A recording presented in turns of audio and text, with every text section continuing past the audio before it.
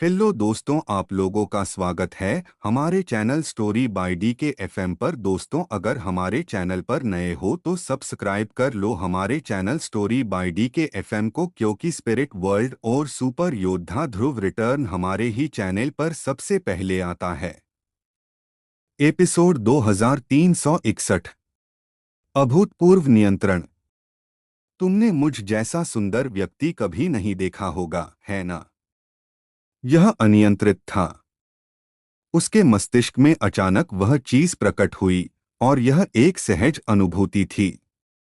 उसकी असली ऊर्जा पूरी तरह से समाहित हो गई।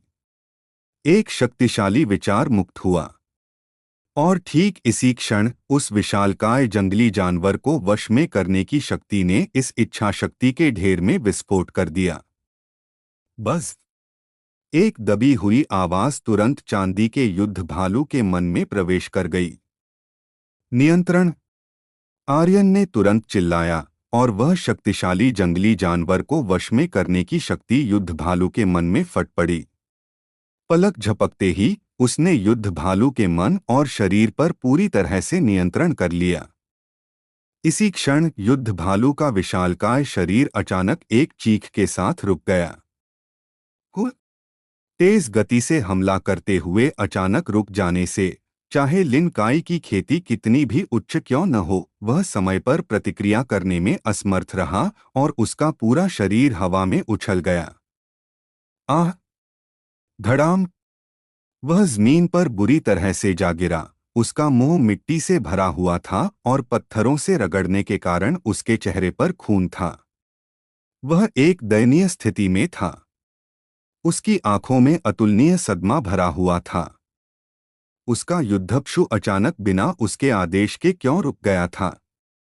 उसे पता था। उसने व्यक्तिगत रूप से इस युद्धप्शु को पकड़ा और वश में किया था। अतीत में उसने कभी भी उसके प्रति थोड़ी सी भी अशुद्धि करने की हिम्मत नहीं की थी, बहुत कम ऐसा कुछ करने की, क्योंकि वह जानता था कि इसके क्या परिणाम होंगे। कमीने! लिन काई जमीन से रेंगता हुआ उठा। उसका पूरा शरीर धूल से ढका हुआ था। वह अत्यंत दयनीय स्थिति में था। चांदी के युद्ध भालू को घूरते हुए वह दहाड़ा, यहाँ आ! चांदी का युद्ध भालू नहीं हिला। यी यू रोंग को यह अजीब लगा।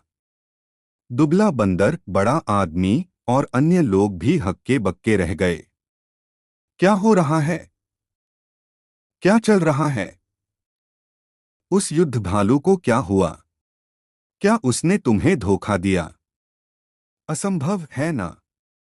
मैंने सुना है कि झो कबीले की सेना जानवरों को वश में करने में बहुत अच्छी है, और एक वश में किए गए युद्धप्शु के धोखा देने की संभावना बहुत कम होती है। क्या यह हो सकता है कि इस युद्धप्शु ने हमें धोखा दिया हो? चाहे उसे पकड़ने के लिए किसी भी तरीके का इस्तेमाल किया गया हो, वश में किए गए युद्धप्शु के धोखा देने की संभावना हमेशा रहती थी। जब तक उसकी वफादारी 100% न हो, कुछ भी संभव था। हालांकि झो परिवार के पास एक शक्तिशाली जानवर को वश में करने वाला स्वामी था, और उसके द्वारा वश में किए गए जानवर शायद ही कभी धोखा देते थे। इस तरह के उच्चस्तरीय युद्धप्शु के लिए यह और भी अधिक गहरा था, और उसके धोखा देने की संभावना और भी कम थी। हालांकि कोई भी यह समझ नहीं पा रहा था कि अभी क्या हुआ था। युद्ध भालू ने ऐसा व्यवहार किया जैसे उसने लिन काई का आदेश सुना ही न हो। लिन काई गुस्से में चिल्लाया, कमीने, क्या तुम मरना चाहते हो? मैंने तुम्हें यहां आने के लिए कहा। युद्ध भालू स्थिर रहा। क्या तुम बहरे हो? यहां आओ! लिन काई दहाड़ा। युद्ध भालू की आंखें थोड़ी उठीं। वह आखिरकार हिला। हालांकि वह लिन काई की ओर नहीं चल रहा था, बल्कि वह आर्यन की ओर भी चल रहा था। लिन काई एक पल के लिए हक्का बक्का रह गया, फिर हंसते हुए बोला, ठीक है, ऊपर जाओ और उसे टुकड़े टुकड़े कर दो, हा हा हा। कचरा, मेरा जानवर जल्द ही तुम्हें टुकड़े टुकड़े कर देगा। हालांकि आर्यन को नहीं पता था कि जानवर को वश में करने की तकनीक उसके मन में अचानक क्यों प्रकट हुई, और उसके मन में जानवर को वश में करने की तकनीक रसायन विज्ञान तकनीक के समान थी। यह बहुत खास, बहुत शक्तिशाली और इस दुनिया की जानवर को वश में करने की तकनीकों से पूरी तरह से अलग थी। यह पूरी तरह से इस दुनिया से ऊपर थी। आर्यन समझा नहीं। हालांकि वह सुनिश्चित था कि उसके सामने का युद्ध भालू वश में कर लिया गया था। इसके अलावा वफादारी 100% थी, क्योंकि आर्यन चांदी के युद्ध भालू के गुणों को स्पष्ट रूप से देख सकता था। दूसरे शब्दों में, यह युद्ध भालू पहले से ही उसका युद्धपालतू था। आर्यन थोड़ा मुस्कुराया और कहा, तुम्हारा युद्धपशु? इसी समय युद्ध भालू आर्यन के पास चला आया। लिन काई उत्तेजित होकर बोला, हा हा हा, उसे काट खाओ, उसे काट खाओ।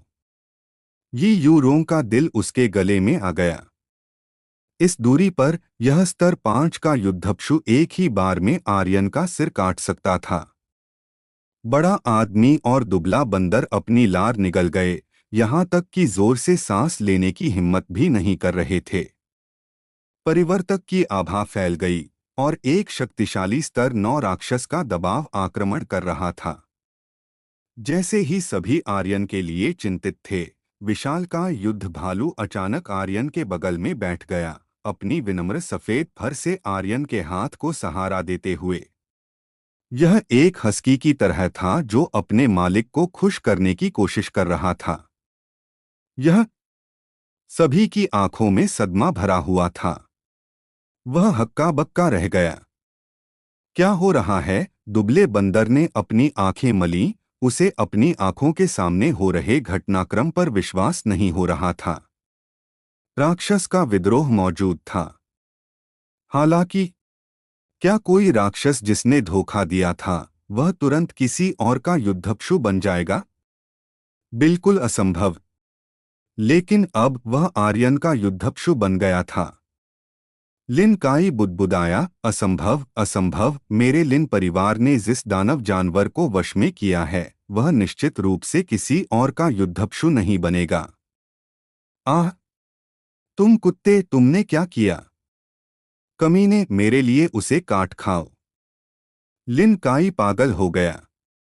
वह गुस्से में दहाड़ा और उसी समय उसके हाथों में 2 तलवारें हिल उठीं और एक गहरी आवाज में, मैं तुम्हें मार डालूंगा। आर्यन के मुंह का कोना पीछे हट गया क्योंकि उसने धीरे से चांदी के युद्ध भालू को सहलाया। अचानक चांदी का युद्ध भालू भड़क उठा। उसके पूरे शरीर पर चांदी का कवच एक ठंडी रोशनी उत्सर्जित कर रहा था। लिन काई के दौड़ने का इंतजार किए बिना वह तुरंत आगे बढ़ा और अचानक झपटा। ऊपर से देखने पर दर्जनों टन का शरीर नीचे गिर गया, सीधे लिन काई के शरीर पर दबाव डालते हुए। अगला, भालू का पंजा हिला। उसके नुकीले पंजे सामने आए क्योंकि उसने भयंकर थप्पड़ मारा। हुला। उसकी छाती फट गई। उसके सभी आंतरिक अंग बाहर आ गए। लिन काई के सिर पर का खून तुरंत तल तक पहुंच गया। उसकी आंखें गुस्से से भरी थीं क्योंकि उसने बुदबुदाया, तुम जानवर, जानवर। उसके खत्म होने का इंतजार किए बिना चांदी के युद्ध भालू ने फिर से थप्पड़ मारा। लिन काई का सिर उड़ गया। डिंग! खिलाड़ी आर्यन को लिन काई को मारने के लिए बधाई। 1,20,000 अनुभव अंक, 10,000 असली ऊर्जा अंक, 5 क्रूरता ऊर्जा अंक प्राप्त हुए। खिलाड़ी आर्यन को 10 सेना संचालन गोलियां प्राप्त करने के लिए बधाई। खिलाड़ी आर्यन को प्राप्त करने के लिए बधाई। सिस्टम की आवाज आई और कुछ कचरा वस्तुएं गिर गईं। आर्यन के लिए यह कचरा था। उसका शरीर फट गया, उसका सिर उड़ गया और उसकी मौत इतनी भयानक थी कि उसे देखा नहीं जा सकता था। सभी ने आर्यन की ओर देखा। चांदी का युद्ध भालू वापस चला गया। वह अभी कुछ पल पहले गुस्सा था, लेकिन अब वह तुरंत एक विनम्र पालतू भालू में बदल गया था। वह आर्यन के पास चला गया और बैठ गया, जैसे कुछ हुआ ही न हो। अतुलनीय रूप से विनम्र, बहुत भयंकर। यी यूरोंग ने आर्यन की ओर देखा। जियाओ डी ने आर्यन की ओर देखा। दुबला बंदर, बड़ा आदमी और परिवर्तक भी आर्यन को बिना हिले घूरते रहे, जैसे वे किसी राक्षस को घूर रहे हों। आर्यन ने एक ठंडा भाव दिखाया और कहा, क्या हुआ? तुमने मुझ जैसा सुंदर व्यक्ति कभी नहीं देखा है। ये यूरोंग चकित थी, तुमने यह कैसे किया? जियाओ डी उत्तेजित होकर बोली, आर्यन, क्या तुम जानवर मालिकी जानते हो? तुमने यह कब सीखा? बॉस, तुम बहुत कमाल हो, तुम तो बस मेरे आदर्श हो। हाँ हाँ हाँ। सदमा। वह अतुलनीय रूप से सदमे में था। पलक झपकते ही जानवर मालिकी का विस्फोट हुआ और उसने तुरंत किसी और के युद्धप्सु को वश में कर लिया। यह ज़ेन्वू महाद्वीप के जानवर मालिकी के इतिहास में कभी नहीं हुआ था। आर्यन ने इसे पल भर में पूरा कर दिया। आर्यन ने उनकी उत्साहित अभिव्यक्तियों को देखा और अपने दिल में बुदबुदाया, क्या मैं कह सकता हूँ? मुझे भी नहीं पता। फ़्क, क्या आप इस कहानी के अगले भाग के बारे में जानना चाहेंगे? आप लोगों को यह स्टोरी कैसी लग रही है, कमेंट करके ज़रूर बताएं। और बने रहे आप अपने जीवपति त्रिपाठी जी के साथ। धन्यवाद मित्रों। एपिसोड 2362। अंतिम प्रहार। तरह तरह की अजीबोगरीब चीजें सामने आ रही थीं, जिससे आर्यन को अपने अतीत के अनुभवों पर और भी ज्यादा शक हो रहा था। किसी कारणवश वह उन्हें याद नहीं कर पा रहा था। एक शक्तिशाली रसायन विद्या, एक अजीब सा सपना। अब यह हवा से प्रकट हो गया था और यह एक अतुलनीय रूप से शक्तिशाली पशु वशीकरण तकनीक थी जो रसायन विद्या के बहुत समान थी। और फिर थी आकाश तलवार। यह सब आर्यन को संदिग्ध बना रहा था। हालांकि उसे जितना भी शक होता, बेकार था। वह अतीत की कोई भी घटना याद नहीं कर पा रहा था। यह बात उसे बहुत परेशान कर रही थी। वाह, यह युद्धप्सु तो कमाल का है। दाशन ने लार निगल ली। शक्तिशाली चांदी के युद्ध भालू को देखकर उसकी आंखें बाहर निकलने को थीं। आर्यन ने दाशन की ओर देखा और कहा, क्या तुम्हें यह युद्ध भालू पसंद है? दाशन ने तुरंत सिर हिलाया, फिर जोर से नामे सिर हिलाया। एक 5वें स्तर का युद्धप्सु किसे पसंद नहीं होगा? हालांकि यह एक युद्धप्सु था जिसे आर्यन ने पशु वशीकरण तकनीक का उपयोग करके वश में किया था, तो यह आर्यन का युद्धप्सु था। वह इसे कितना भी चाहता, वह इसे नहीं लेना चाहता था। आर्यन मुस्कुराया और कहा, जब हम रहस्यमय चंद्र दल लौटेंगे तो मैं तुम्हें यह युद्ध भालू दे दूंगा। दाशन हक्का बक्का रह गया। ये योरोंग ने आर्यन की ओर देखा और अपने मन में कहा, एक 5वें स्तर का युद्धप्सु 100,000 स्पिरिट पत्थरों में भी नहीं खरीदा जा सकता। फिर भी उसने इसे ऐसे ही दे दिया और उसने पलक भी नहीं झपकाई। क्या उसे दुख नहीं हुआ? 5वें स्तर के युद्धप्सु बहुत दुर्लभ थे। इसके अलावा आर्यन के पास अपना कोई युद्धप्सु नहीं था। ट्रांसफार्मर उसका युद्धप्सु नहीं था। इसके अतिरिक्त इस चांदी के युद्ध भालू की क्षमता अभी विकसित होनी बाकी थी। एक बार पूरी तरह विकसित होने के बाद इसकी ताकत और भी बढ़ सकती थी। इसे ऐसे ही दे दिया। क्या यह बहुत उदारता नहीं थी? वास्तव में आर्यन के दिल में एक 5वें स्तर का युद्धप्सु दाशन जितना महत्वपूर्ण नहीं था। भाईचारा हमेशा उसके दिल में पहले नंबर पर था। जब भी वह दाशन की ओर देखता, आर्यन के मन में हमेशा एक गंजे आदमी की याद आती जो अपनी पीठ पर ताबूत ले जा रहा था। वह बहुत दबंग और बहुत मूर्ख था। ठीक है, कुछ ही मिनटों में यह देखकर कि यह लड़का नहीं गया है, युद्धप्सु समूह शायद अपना सबसे मजबूत हमला करेगा। इसके अलावा आर्यन ने रहस्यलोक के प्रवेश द्वार की ओर देखा और भौहें सिकोड़ी। अगर वे अंदर उड़ सकते हैं तो मेरी अवरोधक रणनीति बेकार हो जाएगी। अंत में हमें फिर भी मौत तक लड़ना होगा। यह अवरोधक रणनीति की कमजोरी थी। आखिरकार यह वास्तविक दुनिया थी, वह खेल नहीं जो आर्यन ने अपने पिछले जीवन में खेला था। ये योरोंग ने अपनी शांति पुनः प्राप्त की और कहा, अगर वे सभी अंदर उड़ जाते हैं तो हम तुरंत घिर जाएंगे। उस समय पतले बंदर ने कहा, वे वास्तव में अंदर उड़ सकते हैं, लेकिन बाहर के लोगों को इसके बारे में नहीं पता है। जब तक वे एक एक करके अंदर आते रहेंगे, यह ठीक वैसा ही होगा जैसा बॉस ने कहा था। कितने भी आए वे सभी मरेंगे। छोटी तितली ने कहा, हमें भी तैयारी करनी होगी। आर्यन ने पास के पत्थर के दरवाजे पर एक नजर डाली। ये योरों का चेहरा सख्त हो गया। क्या तुम अभी भी पत्थर का दरवाजा खोलना चाहते हो? आर्यन जानता था कि उसने उसके कहने का गलत मतलब समझा है, लेकिन वह समझाना नहीं चाहता था।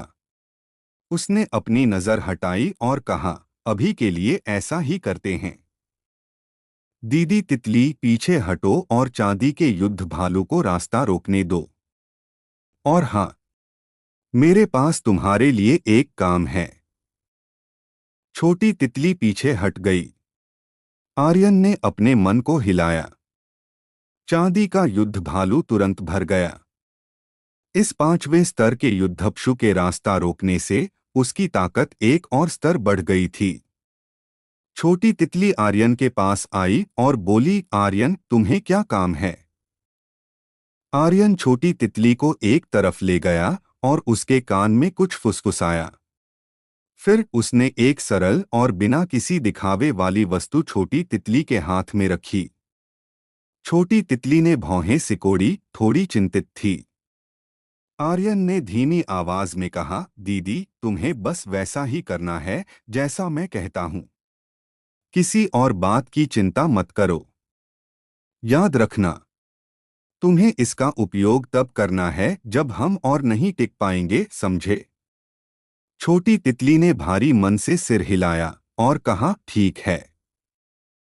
आर्यन वापस चला गया और उनमें से प्रत्येक को 30-30 गोलियां बांटी। उसने कहा, मेरे लिए बचाना मत। जैसे ही घायल हो तुरंत इसका उपयोग करो, समझे? संकोच मत करो। गोली कितनी भी महत्वपूर्ण क्यों न हो, वह तुम्हारे जीवन जितनी महत्वपूर्ण नहीं है। 30 गोलियां। इसके अलावा सबसे निचला ग्रेड 8वीं ग्रेड की गोली थी। इनमें से कोई भी गोली बाहर एक खजाना थी, लेकिन अब वे जेली बीन्स की तरह थीं। दाशन और पतले बंदर हर बार उनका उपयोग करने में हिचकिचाते थे। यह बहुत कीमती था। गर्रर गर्रर गर्रर गर्रर गर्रर गर्रर गर्रर गर्रर गर्रर। आर्यन ने अपनी आकाश तलवार निकाली और गंभीरता से कहा, वे आ गए हैं। यह अंतिम हमला है। 1000 से अधिक युद्धप्सु योद्धा लगातार हमला करेंगे, याद रखना।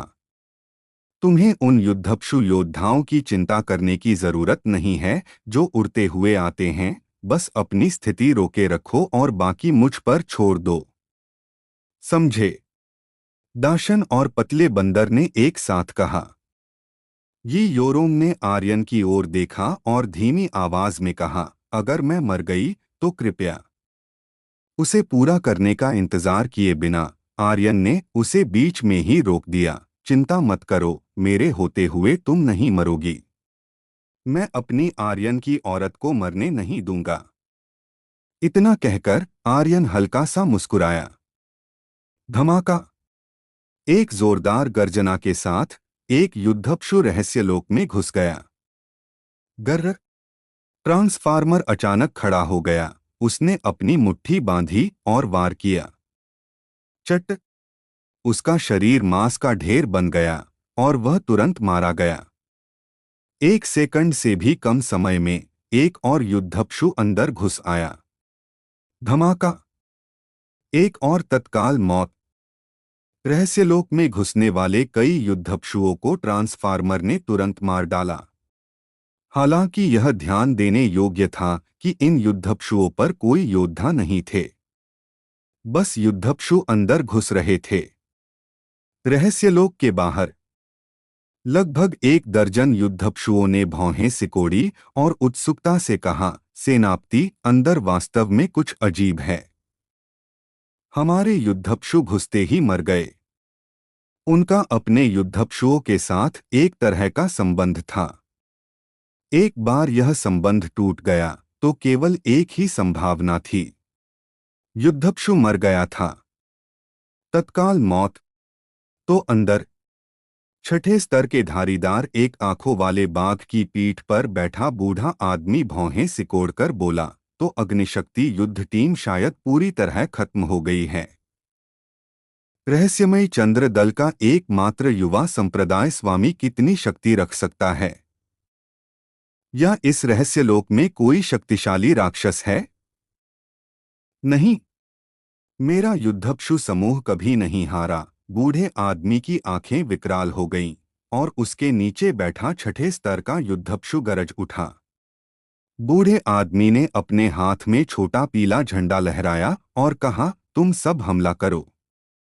तत्काल युद्ध के नगाड़े बजने लगे। युद्धप्सु गरजने लगे। एक एक करके युद्ध पशु रहस्यलोक में घुसने लगे। ऐसी कोई जगह नहीं है जहां मेरा युद्धप्सु समूह रौंद न सके। बूढ़े आदमी की आंखों में ठंडी रोशनी भरी थी। उसके बगल में एक रणनीतिकार ने धीमी आवाज में कहा, सेनापति, क्या युवा स्वामी लिनकाई? बूढ़े आदमी की नजर और भी तीखी हो गई। इसके बाद उसने अपने पैरों को कस लिया।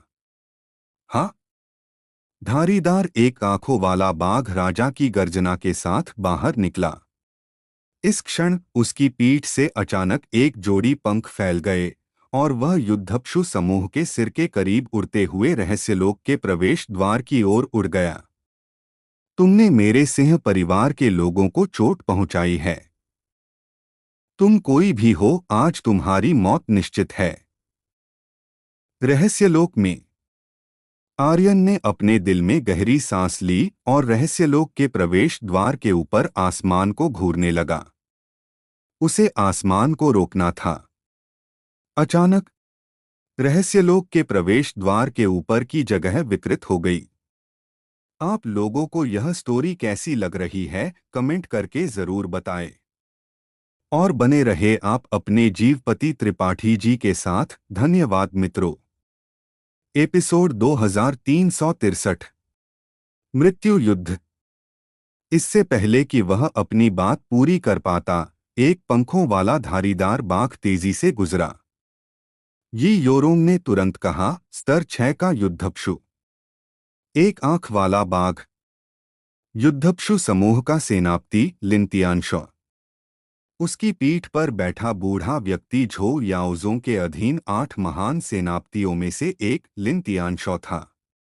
यह सबसे मजबूत सेना भी थी। लिनतियानशॉ ने गुप्त क्षेत्र सीक्रेट रेल्म के उस हिस्से की ओर देखा जो उसके युद्धप्सु समूह के योद्धाओं से भरा हुआ था। रक्त एक धारा की तरह बह रहा था। दृश्य अत्यधिक खूनी और क्रूर था। फिर उसने गुप्त क्षेत्र के प्रवेश द्वार को रोके हुए 2 लोगों और 2 दानव पशुओं को देखा। जो भी अंदर आया मारा गया। लिनतियानशॉ की आंखें सिकुड़ गईं। उसने यी योरोंग को घूरते हुए कहा, तुमने मेरे युद्धप्सु समूह के 100 से अधिक शिष्यों को मारने के लिए इस तरीके का इस्तेमाल किया। यी योरोंग ने कुछ नहीं कहा। आर्यन मुस्कुराया और बोला, क्या तुम्हें लगता है कि तुम्हारे युद्धप्सु समूह के शिष्य मजबूत हैं? मेरी राय में वे तो बस कूड़े का ढेर हैं। लिनतियानशॉ की आंखें ठंडी हो गईं। उसने आर्यन को धूर्तता से घूरते हुए कहा, तुम कौन हो? विचार आते ही आर्यन की साधना उसके संवेदों में प्रकट हुई।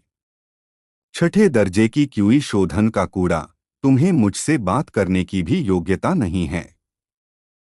फिर लिन तियानशॉ ने फिर से यी योरोंग की ओर देखा और कहा, मेरे युद्धप्सु समूह के 100 शिष्यों को नष्ट करने के लिए तुम युवराज की बेटी हो, यह मायने नहीं रखता। यहाँ तक कि अगर झाओ वूजी भी होता तो भी मैं तुम्हारी जान ले लेता। उसके नीचे धारीदार एक आंख वाले बाघ ने एक दहाड़ लगाई। उसने अपने पंख फैलाए और एक भयंकर फड़फड़ाहट के साथ आसमान रेत से भर गया और उसने क्रोध से यी योरों पर हमला किया। आर्यन ने कहा, हे बूढ़े आदमी, तुम्हारे युद्धप्सु समूह के सभी शिष्य मेरे हाथों मारे गए। हम तुम अपने आप को क्या समझते हो? लिन तियानशॉ ने आर्यन की ओर देखा तक नहीं। छठे दर्जे की क्यूई शोधन का एक मार्शल योद्धा उसके युद्धप्सु समूह के सबसे कमजोर शिष्य से भी नहीं निपट सकता था, और तुम उसके 100 योद्धाओं को मारना चाहते हो? यह असंभव था। लिन तियानशॉ की निगाहें यी योरों पर टिकी हुई थीं। उसके हाथ में एक पतली चाबुक थी। चाबुक एक आध्यात्मिक प्रकाश से चमक रही थी। यह स्पष्ट था कि यह कोई साधारण वस्तु नहीं थी। पाह! आध्यात्मिक चाबुक के एक झटके से जमीन पर दरार पड़ गई। स्तर 6 का एक आंख वाला बाघ दहाड़ा और आगे बढ़ा। लिन तियानशॉ के हाथ में आध्यात्मिक चाबुक अवास्तविक हो गई, जो यी योरों की ओर एक शक्तिशाली क्यूई हमले के साथ बढ़ रही थी। यी योरों चुपचाप बैठकर मौत का इंतजार नहीं कर रही थी। उसके हाथ में रहस्यमय चंद्र अधोलोक चक्र एक लंबी तलवार में बदल गया। एक भारी कदम के साथ वह हवा में उड़ गई और आगे बढ़ी। उसका साधना स्तर पहले ही लिन तियानशॉ से कम था। इसके अलावा लिन तियानशॉ के पास अभी भी एक स्तर 6 का पशु था, इसलिए वह उसका और भी कम मुकाबला कर पाती। लिन तियानशॉ ने भी एक आत्मसंतुष्ट मुस्कान दिखाई, तुम मौत को बुलावा दे रही हो। जैसे ही उन दोनों की चालें टकराईं, आर्यन ने अपना सिर खुजाया और बहुत दिखावटी अंदाज में कहा, तुम क्या चाहते हो कि मैं कहूँ ताकि तुम विश्वास करो कि तुम्हारे वे लोग मेरे हाथों मारे गए? उसके मन में पशुीकरण कला, बीस्ट टेमिंग आर्ट, एक बार फिर सक्रिय हो गई। आर्यन की इच्छा सीधे स्तर 6 के एक आंख वाले बाघ के चेतना सागर में जा घुसी। शक्तिशाली बल एक वज्रपात की तरह था। उसने गहरी आवाज में कहा, नियंत्रण। गूं! एक आंख वाले बाघ का दिमाग गूंज उठा। उसका शरीर अचानक रुक गया। एक अचानक परिवर्तन। लिन तियानशॉ को अचानक झटका लगा, लेकिन उसका साधना स्तर आखिर लिनकाई से बहुत अधिक था और उसकी प्रतिक्रिया बेहद तेज थी। जब वह अचानक एक आंख वाले बाघ की चेतना को महसूस नहीं कर पाया, तो उसका शरीर अचानक पीछे पलट गया और उसके हाथ में आध्यात्मिक चाबुक ने वार किया। बदमाश, तुम क्या करने की कोशिश कर रहे हो? क्या तुम बगावत करना चाहते हो? आध्यात्मिक चाबुक ने वार किया, एक आंख वाले बाघ की पीठ पर लगी। तुरंत उसकी त्वचा और मांस फट गए और खून बह निकला। एक आंख वाले बाघ ने भी एक दहाड़ लगाई। यी योरोंग ने आर्यन की ओर फिर से देखा और मन ही मन सोचा, क्या उसने इसे फिर से वश में कर लिया? यह एक स्तर 6 का पशु है। आर्यन ने अपनी नाक रगड़ी और नाखुशी से कहा, मेरे युद्धप्सु को मारा। तुम मौत को बुलावा दे रहे हो। एक विचार के साथ एक आंख वाला बाघ अचानक पलट गया, अपने लंबे दांत दिखाते हुए। उसके गले से एक धीमी गुर्राहट निकली और उसकी आंखें सीधे लिन तियानशॉ को घूर रही थीं। उसी क्षण गर्र! एक दहाड़! एक आंख वाला बाघ आगे बढ़ा। लिन तियानशॉ का चेहरा बदल गया। युद्धप्सु ने बगावत कर दी। बदमाश! सिर्फ तुम? लिन तियानशॉ ने ठंडी सांस ली। उसके हाथ में आध्यात्मिक चाबुक थोड़ी सी हिली और उस पर एक गहरा हरा जहर दिखाई दिया। यह जहर एक आंख वाले बाघ को तुरंत मार देता अगर वह उसे मार पाता। आर्यन ने यी योरों की ओर देखा। यी योरों तुरंत समझ गई और तेजी से दूसरी ओर से घेराबंदी की। उसके हाथ में रहस्यमय चंद्र अधोलोक चक्र एक बार फिर बदल गया। वह एक धनुष और तीर में बदल गया। दो अंगुलियां एक साथ मिलीं और अचानक खींचीं। गुन गुन गुन। धनुष पर तीन सच्चे क्यूई गहरे तीर दिखाई दिए। हुश हुश हुश। वे तुरंत बाहर निकले। उसी समय आर्यन भी दूसरी ओर से आगे बढ़ा। कौशल फलक को देखते हुए वह गुप्त रूप से चिंतित था। इस कौशल का कूलडाउन बहुत मुश्किल है। कई कौशल ऐसे नहीं थे जिनका उपयोग किया जा सके। हालांकि कौशल के अलावा आर्यन के पास अभी भी उग्र ऊर्जा मूल्य गॉड ऑफ बेरसर्क एनर्जी वैल्यू था। इसके अलावा आदिम क्यूई की एक लॉ भी थी। लिन तियानशॉ की साधना बहुत मजबूत थी। भले ही उसके पास स्तर 6 का युद्धप्शु नहीं था, आर्यन और ये योरोंग मिलकर भी उसके मुकाबले नहीं होते। योरोंग मुझे ढंको। जैसे ही उसने बात पूरी की आर्यन तेजी से हवा में उछला।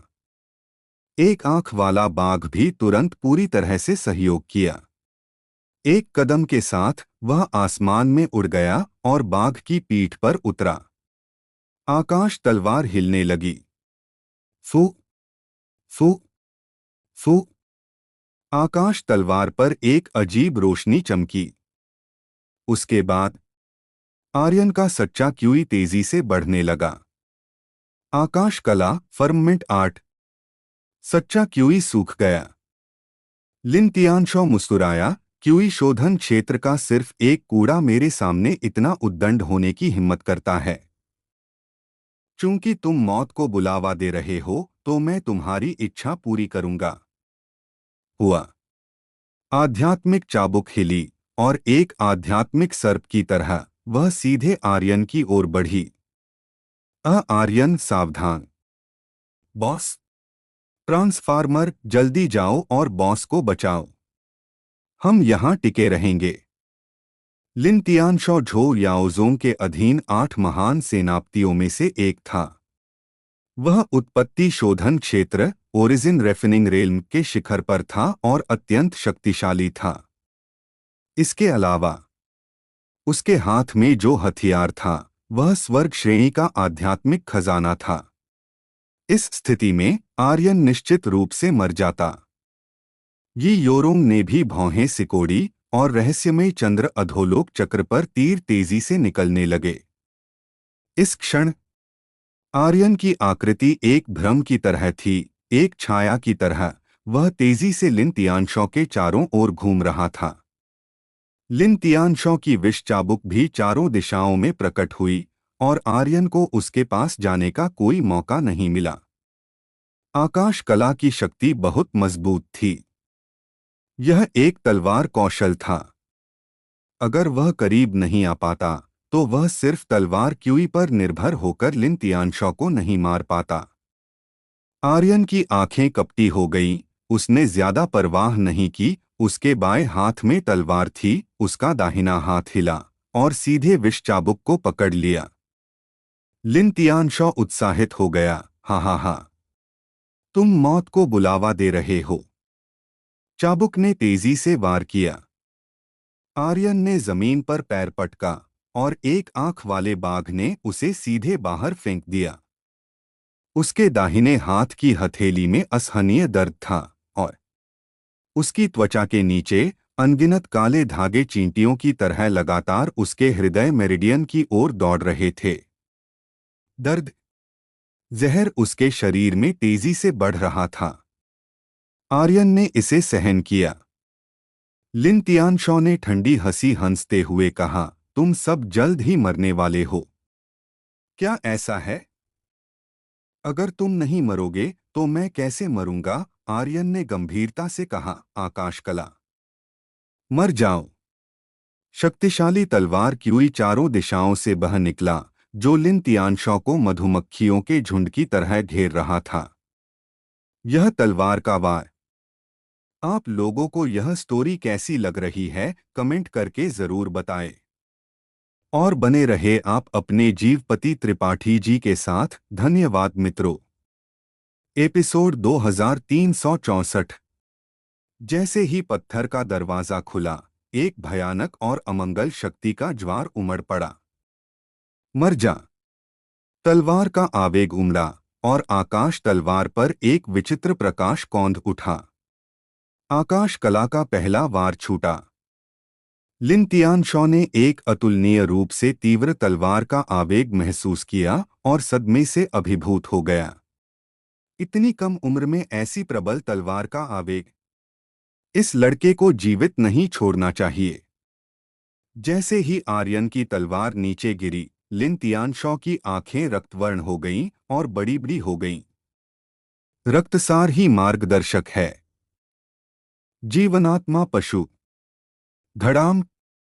जैसे ही रक्तसार धरती पर गिरा, लिन तियानशॉ ने तेजी से हस्तमुद्राएं बनाईं और उसके पैरों के नीचे एक विशाल जादुई संरचना उठ खड़ी हुई। जादुई संरचना दानव जाति के चिन्हों से भरी थी और भूमिगत से शक्ति की लहरें उठने लगीं। आओ। जीवन आत्मा सहस्रपाद। कड़क कड़क कड़क। धरती से लगातार दरारें पड़ने की आवाजें आईं। जब आर्यन की तलवार अभी भी लिन तियानशॉ से आधा मीटर दूर थी, उसके पैरों के नीचे की संरचना फट गई। धड़ाम। एक विशाल शुद्ध काला सहस्रपाद बाहर निकला। उसके सिर पर पैर थे।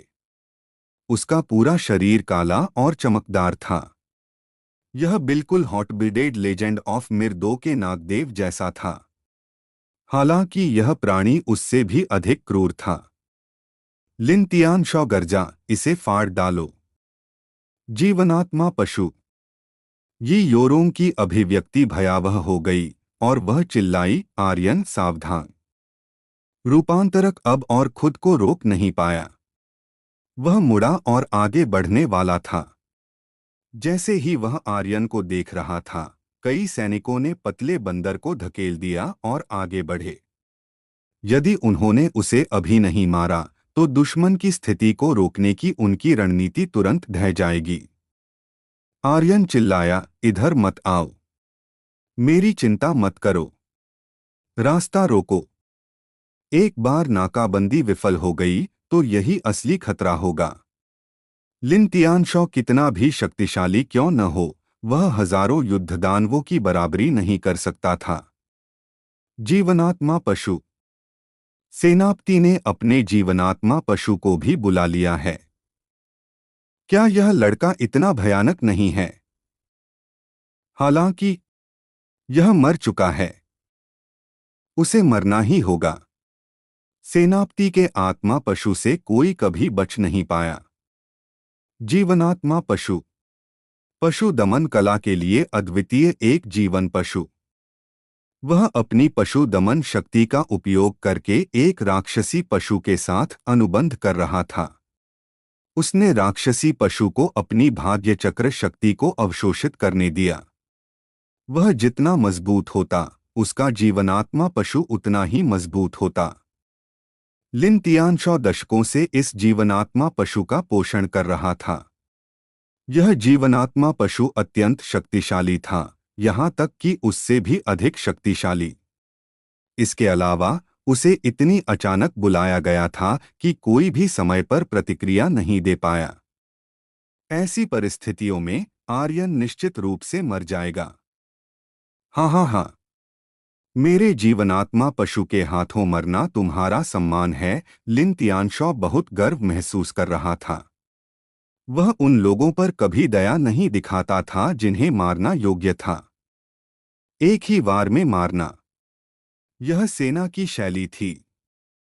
आर्यन ने भौहें चढ़ाई और आकाश तलवार पर विचित्र प्रकाश और भी चमकदार हो गया। आह! इस क्षण वह केवल लिन तियानशॉ पर हमला करने का विचार त्याग सकता था। इसके अलावा, जैसा कि लिन तियानशॉ ने उम्मीद की थी, आर्यन की खेती बहुत कम थी और वह बिल्कुल भी प्रतिक्रिया नहीं दे पाया। अब वह पूरी तरह से आकाश तलवार की अपनी इच्छा पर काम कर रहा था। आर्यन को केवल खुद को संभालना पड़ा और लड़ना पड़ा। उसे उम्मीद नहीं थी कि अचानक एक जीवनात्मा पशु दिखाई देगा। स्विश! आकाश कला की शक्ति फूट पड़ी। लिन तियानशो जीवनात्मा सहस्रपात के पीछे छिप गया और तेजी से पीछे हट गया, सीधे आकाश कला के तलवार के आवेग से बाहर कूद गया। आकाश कला की शक्ति भी जीवनात्मा सहस्रपात के शरीर पर गिरी, जब तक उसके स्पर्शक टूट गए। इस क्षण जीवनात्मा सहस्रपाद ने एक भयावह गर्जना की और आर्यन पर जहर थूकने के लिए अपना मुंह खोला। जहर ने सीधे आर्यन के पूरे शरीर को लपेट लिया। बाम! आर्यन जोर से जमीन पर गिरा। थू! एक मुंह खून उछला। बॉस! आर्यन! आर्यन! धड़ाम! रूपांतरक को स्थिति को रोकने की परवाह नहीं थी। आर्यन उसका उद्धार करता था।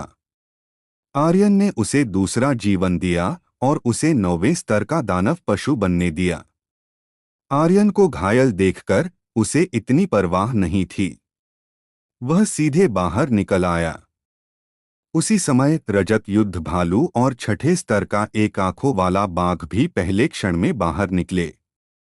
युद्धपशु ने अपने स्वामी को बचाया। उसी समय यी यूरोंग ने भी अपनी पूरी शक्ति लगाकर आर्यन की ओर दौड़ लगाई। इस समय नाकाबंदी की रणनीति पूरी तरह से ढह गई थी। बड़ा आदमी और पतला बंदर उड़ गए थे। युद्धपशु समूह के योद्धा अंदर घुस गए।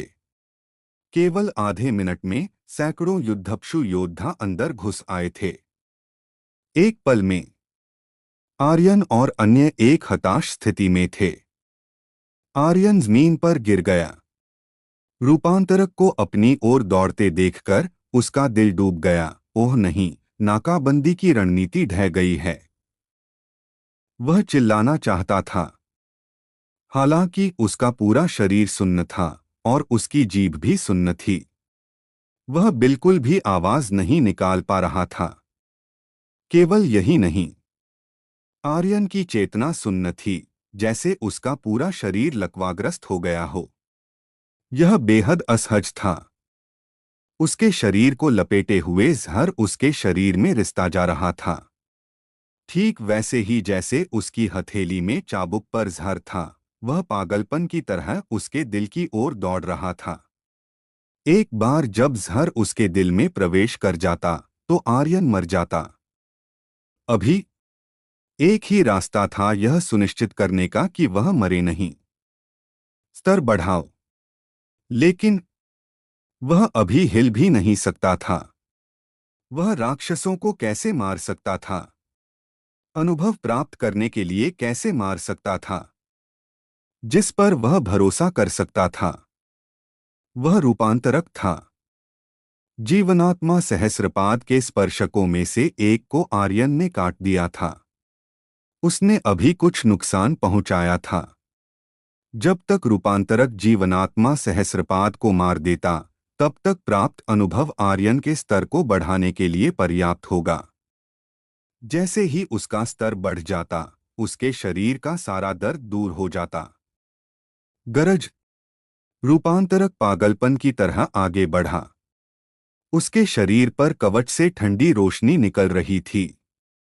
जीवनात्मा सहस्रपाद के सामने से उसने दोनों हाथों से अपनी छाती पीटी और उसे जोर से मारा। जीवनात्मा सहस्रपाद को डर नहीं लगा। जिस क्षण रूपांतरक ने मारा उसने अपने मुंह से बड़ी मात्रा में जहर थूक दिया। जहर रूपांतरक के पूरे शरीर पर फैल गया। उसी समय रूपांतरक की हरकतें तुरंत धीमी हो गईं। उसके मुट्ठी के लगने का इंतजार किए बिना जीवनात्मा सहस्रपाद चला और सीधे रूपांतरक की जांघ को काट लिया। उह! रूपांतरक ने दर्दनाक चीख निकाली और नीचे मुक्का मारा। यह मुक्का बहुत शक्तिहीन था। जीवनात्मा सहस्रपाद के सिर से एक दयनीय क्षति संख्या ऊपर तैरती रही। -1। जहर बहुत शक्तिशाली था। इसने तुरंत तुम्हारी नसों को सुन्न कर दिया। इसे बिल्कुल भी रोका नहीं जा सका। धड़ाम। रूपांतरक का शरीर जमीन पर गिर गया। बिल्कुल आर्यन की तरह उसका पूरा शरीर लकवाग्रस्त हो गया था और वह हिल नहीं सकता था। रजत युद्ध भालू और एक आंखों वाला बाघ भी आगे बढ़े। परिणाम वही था। उन्हें सीधे जीवनात्मा सहस्रपाद ने उड़ा दिया और दोनों युद्धपशु भी लकवाग्रस्त अवस्था में गिर गए। हाँ हाँ हाँ, हाँ हाँ हाँ। लिन तियानशॉ ने गर्व से हंसा। क्या तुम्हें लगता है कि तुम जैसे कचरे मुझसे लड़ने के लायक हो? उसी समय गुप्त क्षेत्र के प्रवेश द्वार पर कई योद्धा पहले से ही उनके सामने साफ सुथरे खड़े थे। अब आर्यन और अन्य सचमुच एक हताश स्थिति में आ चुके थे। जीवनात्मा सहस्रपाद की तो बात ही छोड़िए। वे युद्धपशुओं के इतने बड़े समूह का सामना नहीं कर सकते थे। अब उनके पास केवल एक ही रास्ता था, एक अंतहीन गली। नहीं, आर्यन कभी हार नहीं मानेगा, न ही वह अपने भाग्य को स्वीकार करेगा। तो क्या हुआ अगर वह हताश स्थिति में था?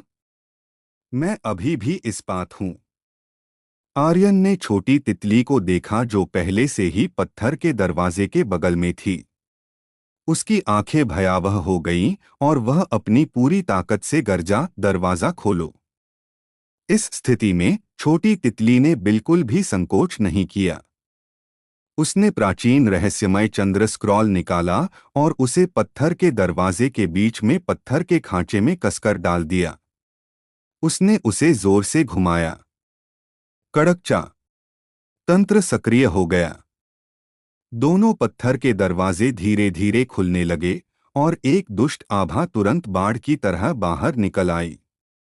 आप लोगों को यह स्टोरी कैसी लग रही है, कमेंट करके जरूर बताएं। और बने रहे आप अपने जीवपति त्रिपाठी जी के साथ। धन्यवाद मित्रों। एपिसोड 2365। वाह, आखिर यह हो ही गया। वो एक भयानक हवा का झोंका पत्थर के दरवाजे से बाहर निकला। पलक झपकते ही एक बुरी आभा ने पूरे रहस्यलोक को अपनी चपेट में ले लिया। ठीक उसी समय रहस्यलोक में मौजूद हर कोई पत्थर के दरवाजे की ओर देखने लगा। पत्थर का दरवाजा क्यों खुल गया? अंदर क्या है? क्या इस पॉकेट आयाम में दूसरा स्तर भी हो सकता है? यह कितनी बुरी आभा है। युद्ध पशु कोर के कई योद्धा दबी आवाज में बातें करने लगे। यह महज एक बुरी आभा थी, इसलिए उन्हें असल में डर नहीं लग रहा था। हालांकि जिन जानवरों पर वे सवार थे वे थोड़े बेचैन थे। उनमें से कुछ तो आजाद होने की कोशिश भी कर रहे थे। जानवरों की इंद्रियां इंसानों की तुलना में कहीं ज्यादा तेज होती हैं। खासतौर पर कुछ खतरनाक आभाएं। पत्थर के दरवाजे के पीछे कतरा था, बेहद खतरनाक कतरा। गुर्र, वो गुर्र। हर तरह की बेचैन कर देने वाली आवाजें गूंजने लगीं और पहले से व्यवस्थित और सुव्यवस्थित संरचना डगमगाने लगी। कुछ जानवरों ने तो अपने मालिकों को भी फेंक दिया और सीधे बाहर की ओर भाग निकले। अचानक ही रहस्यलोक और भी ज्यादा अराजक और अशांत हो गया। आर्यन ने पत्थर के दरवाजे को घूरते हुए बुदबुदाया, मुझे उम्मीद है कि मेरा अनुमान सही है।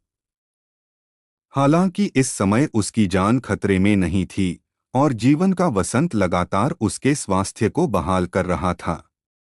वह इस समय हिल नहीं पा रहा था। अगर जहर उसके दिल तक पहुंच जाता तो उसका स्वास्थ्य तुरंत निचले स्तर पर आ जाता। कहने का मतलब यह था, उसे तुरंत मार दिया जाएगा। ऐसे में जीवन का वसंत कितना भी तेज क्यों न हो, वह बेकार हो जाता। उसे स्तर बढ़ाना था। केवल स्तर बढ़ाकर ही वह सभी बंधनों को हटा पाएगा। ट्रांसफॉर्मर को जहर दिया गया था, चांदी युद्ध भालू और एक आंख वाला बाघ को जहर दिया गया था। बड़ा पहलवान और दुबला बंदर बुरी तरह घायल थे और ये युएरॉन पर लिन तियानशॉ की नजर थी। कोई उसकी मदद नहीं कर सकता था। कोई भी इस जीवन आत्मा शतपदी का मुकाबला नहीं कर सकता था। आर्यन अपनी सारी उम्मीदें पत्थर के दरवाजे के पीछे के राक्षस पर लगा सकता था। ये युएरॉन ने आर्यन की ओर देखा और मन ही मन सोचा, तो वह पहले से ही पत्थर के दरवाजे को खोलने की कुंजी जानता था और उसने इसे कभी नहीं खोला। मैंने उसे गलत समझा। आर्यन को जहर में लिपटा देख ये युएरॉन को अपने दिल में और भी ज्यादा असहजता महसूस हुई। ठीक जब वह यह सोच रही थी, पलक झपकते ही धमाका! लिन तियानशॉ ने एक कदम आगे बढ़ाया और हमला किया। उसका दाहिना हाथ एक राक्षसी पंजे की तरह था जिसने ये युएरॉन के गले को दबोच लिया। ये युएरॉन की प्रतिक्रिया एक धड़कन धीमी थी। हालांकि वह पीछे हटती रही और पलक झपकते ही उसने कुछ सच्ची ऊर्जा तीर चलाए, मुश्किल से लिन तियानशॉ के हमले से बची। हालांकि वह खुद एक हताश स्थिति में फंस गई थी। उसकी पीठ चट्टान की दीवार से टिकी हुई थी, उसके लिए पीछे हटने की कोई जगह नहीं थी।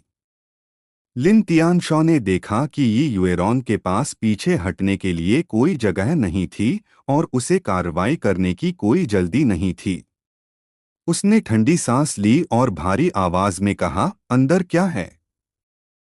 ये युएरॉन ने कहा, मुझे नहीं पता। उसे सचमुच नहीं पता था। भले ही उसे पता होता, वह कुछ नहीं कहती। ये युएरॉन ने कहा, अगर आप जानना चाहते हैं तो अंदर जाकर खुद देख लीजिए। लिन तियानशॉ की आंखें भयंकर हो गईं। तुम नहीं जानती? तुम ही हो जिसने इस जगह को ढूंढा है। तुम कैसे नहीं जान सकती? ये युएरॉन मुस्कुराई और बोली, आप कहते हैं कि मैं जानती हूं। ठीक है, मैं जानती हूं। अंदर वह खजाना है जो आप चाहते हैं, जो शाही आभा को अवशोषित कर सकता है और ड्रैगन नस को बदल सकता है। अगर आप में हिम्मत है तो अंदर जाइए और इसे ले लीजिए। क्या सचमुच ऐसी कोई चीज इस दुनिया में है? लिन तियानशॉ का दिल कांप गया। उसने तुरंत कहा, इसे मेरे लिए बाहर निकालो, वरना। लिन तियानशॉ ने इच्छा की। जीवन आत्मा शतपदी भी हिलने लगी और उसके मुंह पर दो चिमटे सीधे आर्यन पर हमला करने लगे। ये युएरॉन ने आंखें खोलीं और तुरंत कहा, नहीं। लिन तियानशॉ हंसा, अंदर जाओ और इसे बाहर निकालो, वरना मैं उसका नाम चाहता हूं। आर्यन ने कठिनाई से सिर हिलाया, यह इंगित करते हुए कि ये युएरॉन को अंदर नहीं जाना चाहिए। अंदर कतरा जरूर होगा। हालांकि आर्यन को यह अजीब लगा कि अंदर की चीज अभी तक बाहर क्यों नहीं आ रही थी। क्या उसे अंदर जाना होगा? अगर ऐसा होता तो उसके पास कोई मौका नहीं होता, क्योंकि वह केवल जीवन आत्मा शतपदी को नुकसान पहुंचा सकता था। जब तक वह उसे मार नहीं देता, आर्यन को स्तर बढ़ाने का मौका नहीं मिलेगा। भले ही सभी जानवर योद्धा अंदर भाग जाते और मारे जाते, आर्यन को स्तर बढ़ाने में मदद नहीं मिलती। अंदर के राक्षस को बाहर आना ही था। लिन तियानशॉ ने गहरी आवाज में कहा, अंदर जाओ।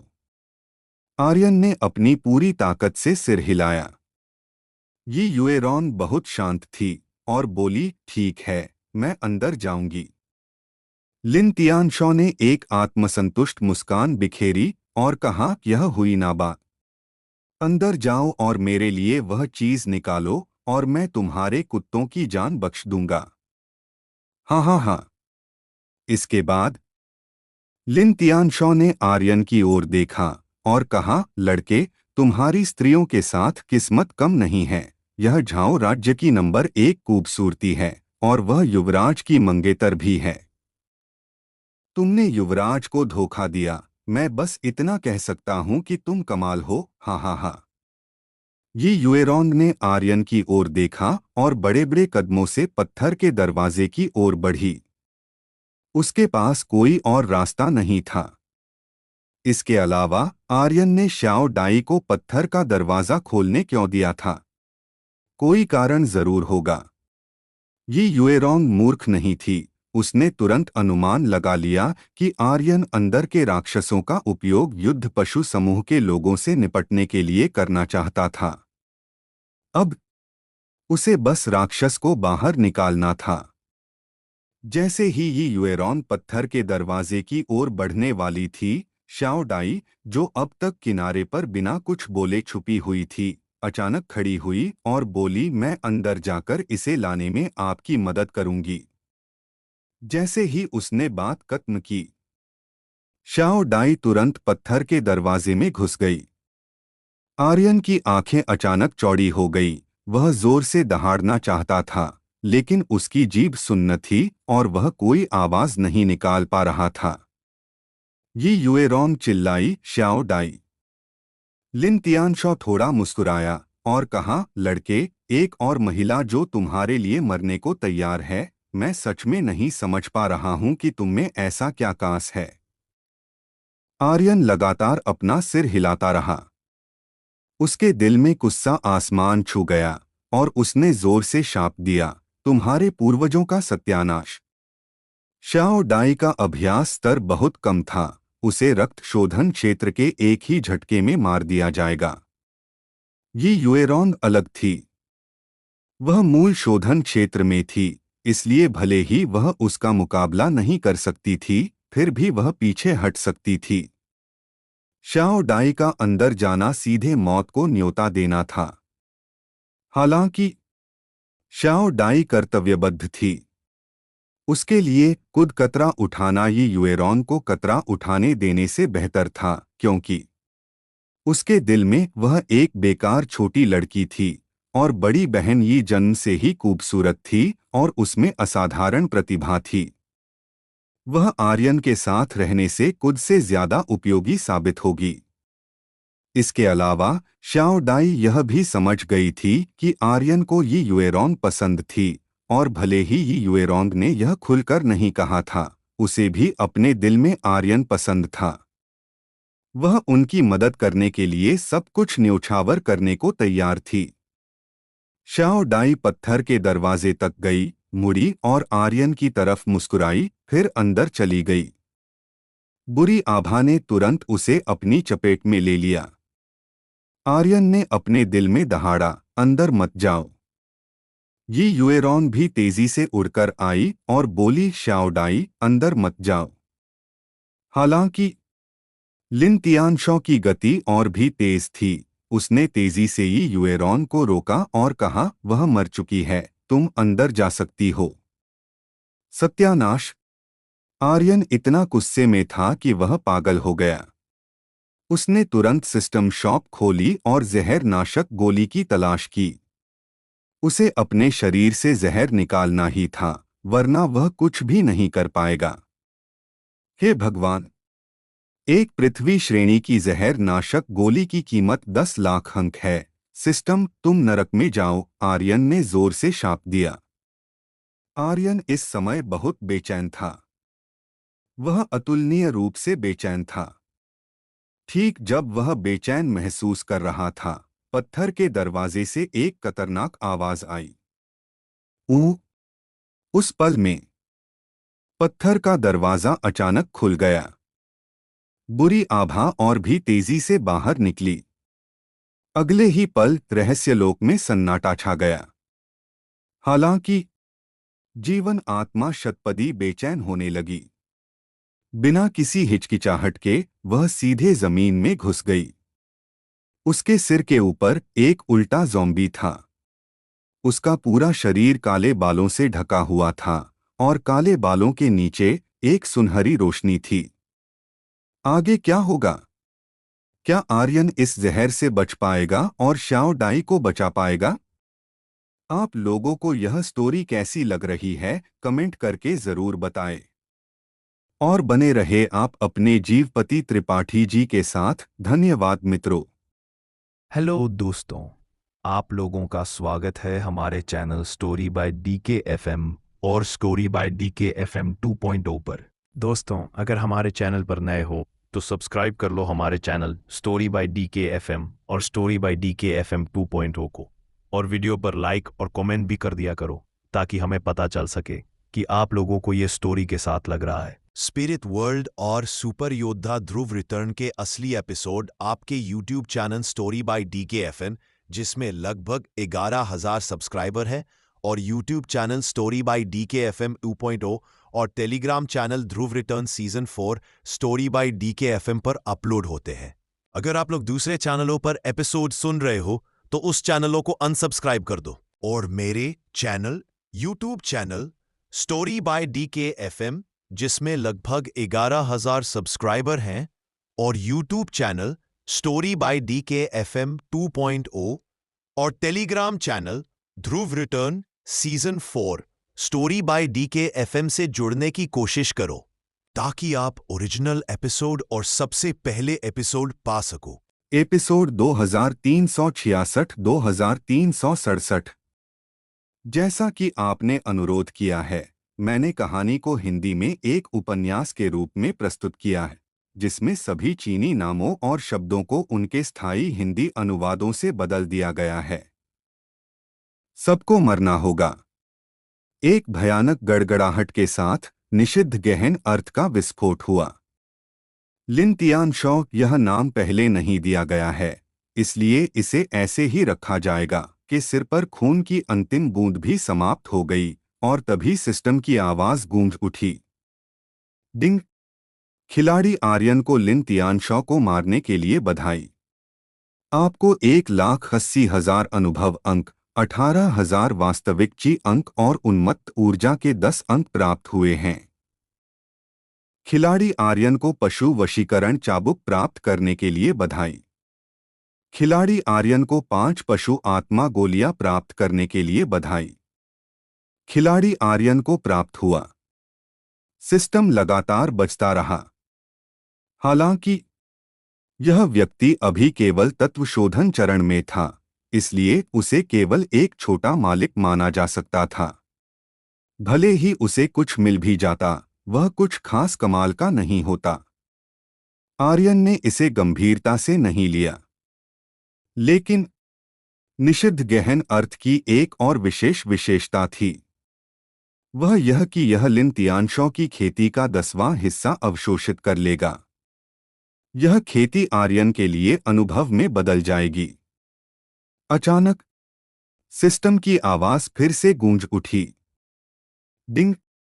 खिलाड़ी आर्यन को 1,29,32,832 फीट अनुभव प्राप्त करने के लिए बधाई। डिंग। खिलाड़ी आर्यन को स्तर बढ़ाने के लिए बधाई। वर्तमान स्तर ची शोधन चरण 8। डिंग। खिलाड़ी आर्यन को स्तर बढ़ाने के लिए बधाई। वर्तमान स्तर ची शोधन चरण 9।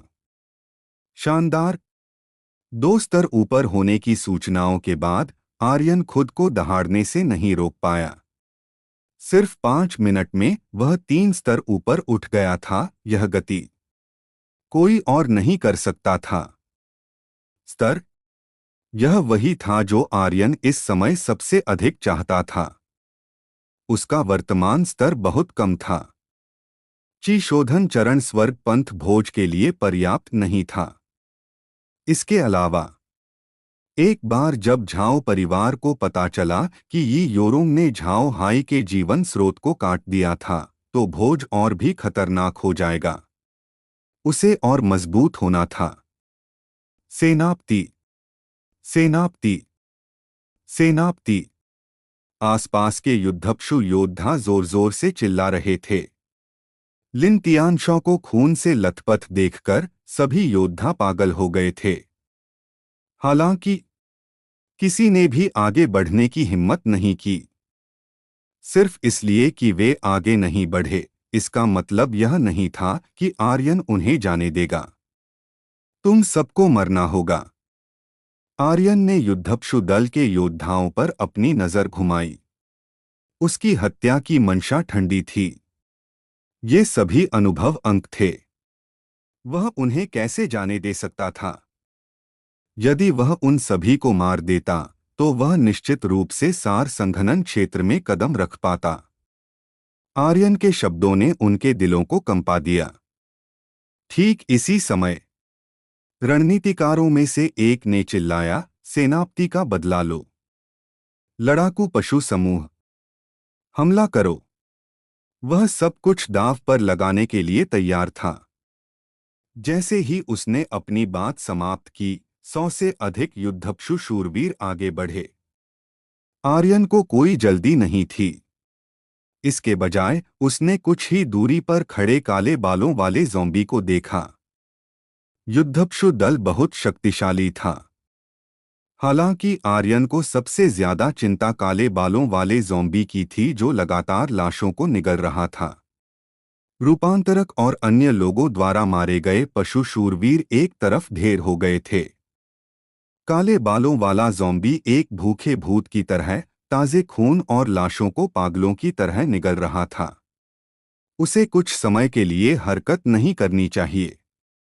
चूंकि ऐसा था, आर्यन रूपांतरक के पास उतरा और एक पशु आत्मा गोली उसके मुंह में रख दी। पशु आत्मा गोली उसके शरीर में प्रवेश कर गई। रूपांतरक के शरीर से तुरंत एक लाल प्रकाश फूट पड़ा। बूम! विशाल शरीर अचानक उठ खड़ा हुआ। चांदी के युद्ध भालू और एक आंख वाले बाघ का भी यही हाल था। बूम! बूम! बूम! तीनों युद्धप्सु एक कतार में खड़े थे। युद्धप्सु शूरवीरों को देख रहे थे जो उनकी ओर बढ़ रहे थे। उनके शरीर थोड़े नीचे झुक गए, उनके पिछले पैर थोड़े पीछे हट गए और उनके पैरों के तलवे मिट्टी में धंस गए। गुर्र! रूपांतरक ने एक दहाड़ लगाई। पल भर में तीनों युद्धप्सु एक साथ बाहर निकले। उनके शरीर तोप के गोलों की तरह थे, जैसे वे सीधे युद्धप्सु समूह से टकराए। 3 सेकंड में वे पहले ही 100 मीटर दूर थे। वे पल भर में भी टकरा गए। गड़गड़ाहट, गड़गड़ाहट, गड़गड़ाहट। क्रोधित रूपांतरक ऐसे लग रहा था जैसे वह कहीं से आया हो और किसी को पीछे न छोड़ा हो। अपनी बाहों के एक वार से युद्धप्सु समूह के दर्जनों योद्धा हवा में उड़ गए। चांदी के युद्ध भालू की दहाड़, एक आंख वाले बाघ का हवा में हमला। युद्धप्सु समूह के सैकड़ों योद्धा पूरी तरह से कुचल दिए गए। जहां तक आर्यन की बात थी, अफरातफरी को देखते हुए उसके होंठ थोड़े मुड़े, एक ठंडी मुस्कान प्रकट हुई। यह सब अनुभव है, तुम सबको मरना होगा। आकाश तलवार एक ठंडी रोशनी के साथ चमकी। आर्यन ने अपनी लंबी छाया को खींचते हुए अराजक युद्ध के मैदान में प्रवेश किया। उसकी आकृति लगातार डगमगा रही थी और छाया विभिन्न युद्धप्सुओं के चारों ओर घूम रही थी। ऐसा लग रहा था जैसे प्रकाश की धाराएं इधर-उधर दौड़ रही थीं। एक ही पल में आर्यन के शरीर पर आकृतियां लगातार ओवरलैप होती गईं और एक के बाद एक छाया उसके शरीर में लौट आईं। आर्यन चिल्लाया, वापस आ जाओ। रूपांतरक ने छलांग लगाई। चांदी का युद्ध भालू और एक आंख वाला बाघ भी तेजी से आर्यन के पास वापस भागे। वे युद्धप्सु शूरवीर आर्यन को देखते हुए बोले, लड़के, तुम झो परिवार सेना को उकसाने की हिम्मत करते हो। एकमात्र रहस्यमय चंद्रमा पंथ तुम्हारे द्वारा पल भर में नष्ट हो जाएगा। उसके समाप्त होने की प्रतीक्षा भी नहीं की। आर्यन थोड़ा मुस्कुराया और उसकी भौहों के बीच की जगह अचानक भयावह हो गई। वास्तविक चीजवार की तरह उमड़ पड़ी और उसके चारों ओर बहने वाली तलवार की मंशा तुरंत एक घातक तलवार ची में बदल गई। ज़ैंग को मारो, मर जाओ। भूश भूश भूश, भूश भूश भूश। सैकड़ों युद्धप्सु योद्धाओं के बीच अनगिनत तलवार क्षैतिज और लंबवत रूप से घूमती रहीं, पागलपन में तबाही मचाती रहीं। वे रुक नहीं पा रहे थे और 100 मीटर के दायरे का क्षेत्र एक विशाल वधशाला बन गया। यह एक खूनी नर्क जैसा था। पूरी दुनिया में केवल एक ही शब्द था, मारो। आकाश तलवार की शक्ति। आह, आह। वे बस यह नहीं जानते थे कि कैसे बचाव करें, न ही वे भाग सकते थे। पूरी कत्लेआम कब्र नर्क थी। डिंग, डिंग, डिंग। सिस्टम बीप जोर जोर से बजती रही। वह बिल्कुल भी रुक नहीं पा रहा था। आर्यन की अनुभव पट्टी आसमान छू रही थी, जैसा कि उसने सोचा, बस एक शब्द, शानदार। हाँ हाँ हाँ। सिर्फ आधे मिनट में सभी 100 युद्धक्षु योद्धा अपने जानवरों के साथ मर गए थे। शेष सैकड़ों मीटर के युद्धक्षु योद्धा सभी डर से अपनी सुध-बुध खो चुके थे। उनकी आंखें खाली थीं, जैसे वे बेवकूफ हों। उन्होंने पहले कभी इतनी शक्तिशाली चाल नहीं देखी थी। क्या यह ची शोधन क्षेत्र के एक मार्शल कलाकार की शक्ति थी? यह असुर की शक्ति थी, है ना? उस पल में एक योद्धा अचानक घुटनों के बल बैठ गया। महोदय, कृपया मेरी जान बख्श दें। युद्धक्षु दल के योद्धा कितने अभिमानी थे। महान सेनापति झोउ याओज़ोंग, यह नाम पहले नहीं दिया गया है, इसे ऐसे ही रखा जाएगा। के अलावा वे किसी के सामने नहीं झुकते थे, यहाँ तक कि झाओ परिवार के लोगों के सामने भी नहीं। युद्धक्षु दल सबसे बड़ा सम्मान था। झोउ सेना की भर्ती भी ज़ेन्वू महाद्वीप की सबसे मजबूत सेनाओं में से एक थी। वे वास्तव में किसी के सामने घुटने टेके थे, और वह भी एक ऐसे व्यक्ति के सामने जो केवल ची शोधन क्षेत्र में था। अगला, कुछ और लोग घुटनों के बल बैठ गए। हमें जाने दो। हम फिर कभी ऐसा करने की हिम्मत नहीं करेंगे। कृपया हमें बख्श दो। लोग लगातार घुटने टेकते जा रहे थे। वे डरे हुए थे। इस दुनिया में जीवन से बढ़कर कुछ भी नहीं था। यदि वे मर जाते तो कुछ भी नहीं बचता। लिन तियानशॉ भी मर चुका था और 100 युद्धक्षु योद्धा पल भर में मारे गए थे। वे आर्यन से बिल्कुल भी नहीं लड़ सकते थे। वे जीना चाहते थे। दया की भीख मांग रहे हो? आर्यन ने उपहास किया और रूपांतरक की ओर देखा। रूपांतरक बाहर निकला। उसी समय चांदी का युद्ध भालू और एक आंख वाला बाघ भी बाहर निकले। आर्यन की आवाज गहरी हो गई, अब तुम भिखमंगे दया की भीख मांग रहे हो। शुरुआत में क्या था? क्या तुम लोग शुरुआत में बहुत गर्वित और अभिमानी नहीं थे? अब दया की भीख मांग रहे हो? क्या तुम्हें लगता है कि मैं तुम्हें जाने दूंगा? मारो। क्या आप इस कहानी का अगला भाग सुनना चाहेंगे या आपके पास कोई और प्रश्न है? आप लोगों को यह स्टोरी कैसी लग रही है, कमेंट करके जरूर बताएं। और बने रहे आप अपने जीवपति त्रिपाठी जी के साथ। धन्यवाद मित्रों। एपिसोड 2368-2369। लॉटरी, एक अलग दुनिया का न्योता। आर्यन कोई संत नहीं था। वह भला इंसान भी नहीं था। अपने फायदे के लिए वह कुछ भी कर सकता था। घुटने टेककर दया की भीख मांगने वाले ये लोग तो दूर की बात, अगर ये लोग घुटने टेककर उसे पिता भी पुकारते तो भी वह उन्हें मार डालता। ये सब तो बस अनुभव बिंदु थे। उदाहरण के लिए, अगर आप कोई खेल खेलते हैं और देखते हैं कि राक्षस बेचारा है, तो क्या आप उसे नहीं मारेंगे? क्या बस जाने देंगे? फिर आप खेल ही किस लिए रहे हैं? और तो और, आर्यन कोई ऑनलाइन गेम नहीं खेल रहा था। वह इस समय एक वास्तविक दुनिया में था, एक ऐसी दुनिया जहां शक्तिशाली का सम्मान होता था और लोग एक दूसरे को खाते थे। यदि आप मजबूत नहीं बनते तो दूसरे आपके सिर पर चढ़कर नाचेंगे। इसलिए उसे कभी कोई सहानुभूति नहीं हो सकती थी।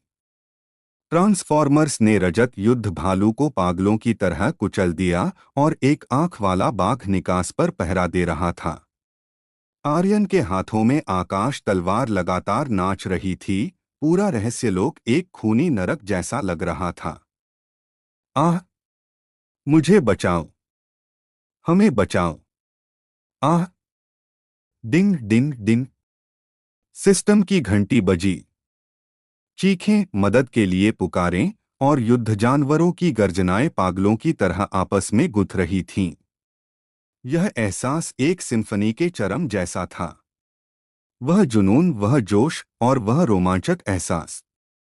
पूरे रहस्यलोक में केवल एक ही व्यक्ति बहुत शांत था। सटीक कहें तो उसे इंसान नहीं होना चाहिए था। वह काले बालों वाला ज़ोंबी था। वह लाशों के ढेर को पागलों की तरह काट रहा था। उसका पूरा शरीर खून से लथपथ था और उसकी काली पुतलियां धीरे धीरे लाल हो रही थीं। उसके लंबे काले बालों के नीचे की चमक भी धीरे धीरे लाल हो रही थी, जैसे वह विकसित होने वाला हो। वह लगातार निगलता रहा। लिन तियानशॉ के शरीर को उसने पकड़ लिया और उसका सारा रक्तसार चूस लिया। वे युद्ध जानवर, चाहे इंसान हो, सभी उसके द्वारा चूसकर सूखे हुए कंकाल में बदल दिए गए थे। उसके शरीर पर दुष्ट आभा भी और मजबूत होती जा रही थी। आर्यन युद्ध जानवर समूह के योद्धाओं को मारने में इतना मग्न था कि उसने काले बालों वाले ज़ोंबी पर ध्यान नहीं दिया जो चुपचाप विकसित हो रहा था। धमाका!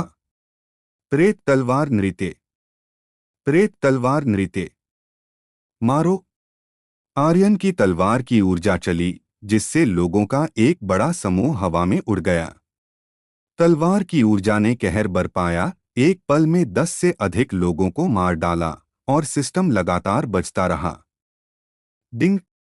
खिलाड़ी आर्यन को युद्ध जानवर योद्धा को मारने के लिए बधाई। 15,800 अनुभव बिंदु, 1,300 असली ऊर्जा बिंदु और एक उन्मत्त देव ऊर्जा मूल्य प्राप्त हुए। खिलाड़ी आर्यन को सेना गति गोली प्राप्त करने के लिए बधाई। ये सभी पशु योद्धा सेना गति गोली छोड़ रहे थे।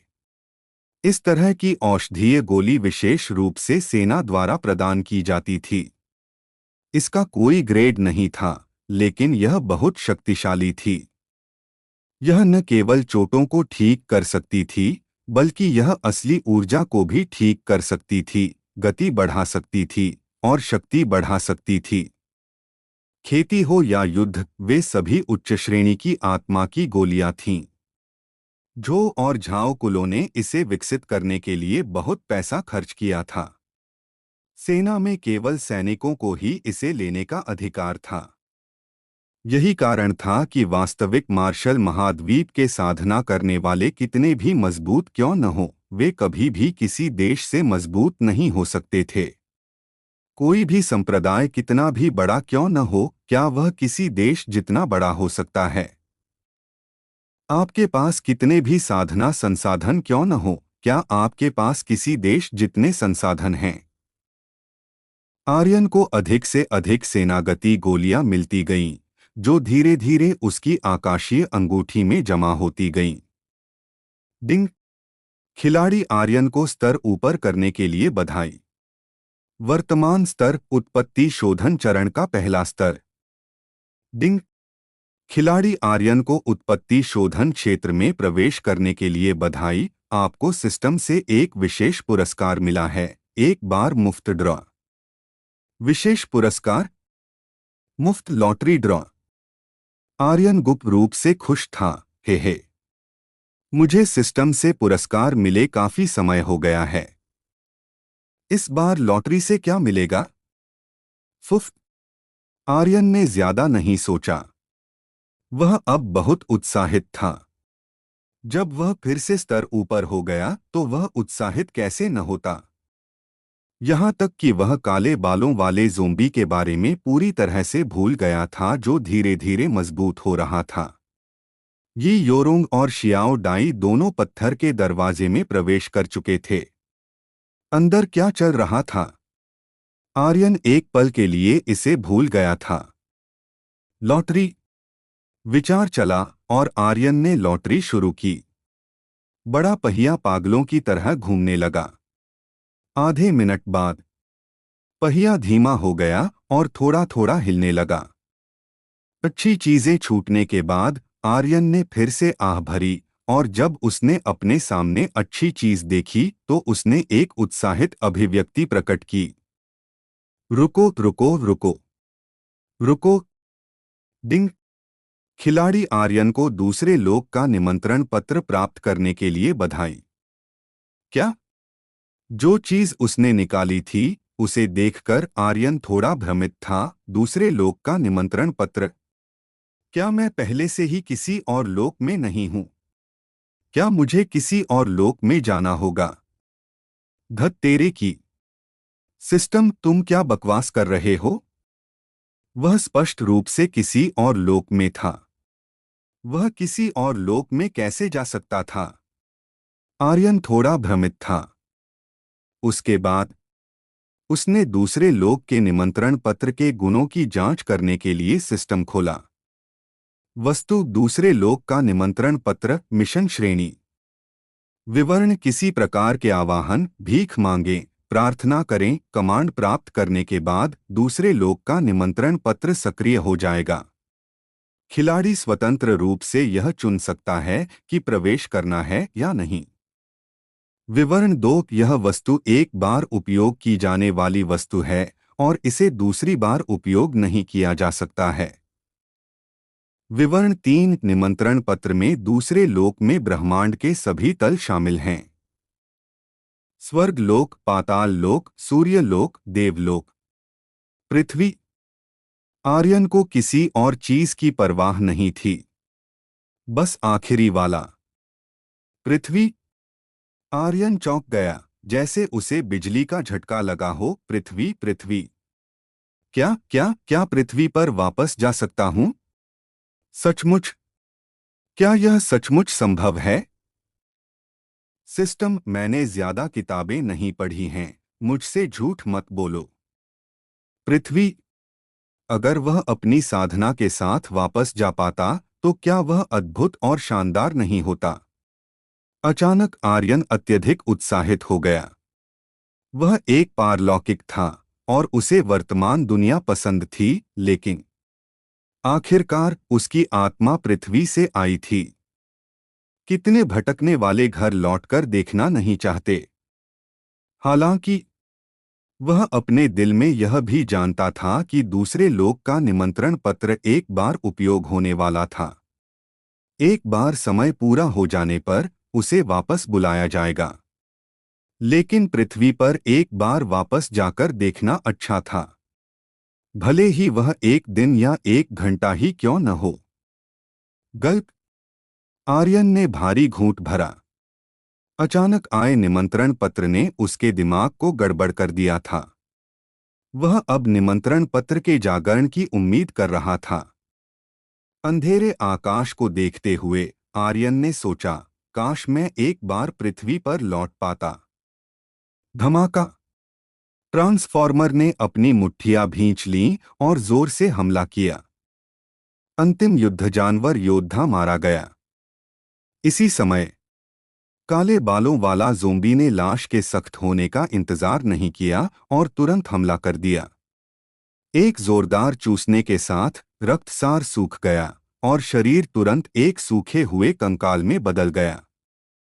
उन्होंने बहुत तेजी से मारा।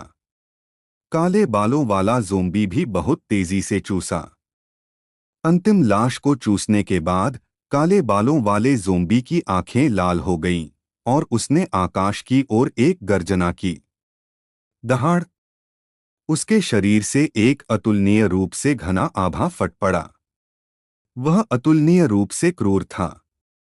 उसका पूरा शरीर खूनलाल रोशनी से जगमगा रहा था और उसके लंबे काले बाल धीरे धीरे बदलने लगे, हल्के खूनलाल रंग में बदल गए। काले बालों वाले ज़ोंबी के शरीर के अंदर से एक गुनगुनाती आवाज आई। धमाका। सुनहरा शरीर भी खूनलाल हो गया।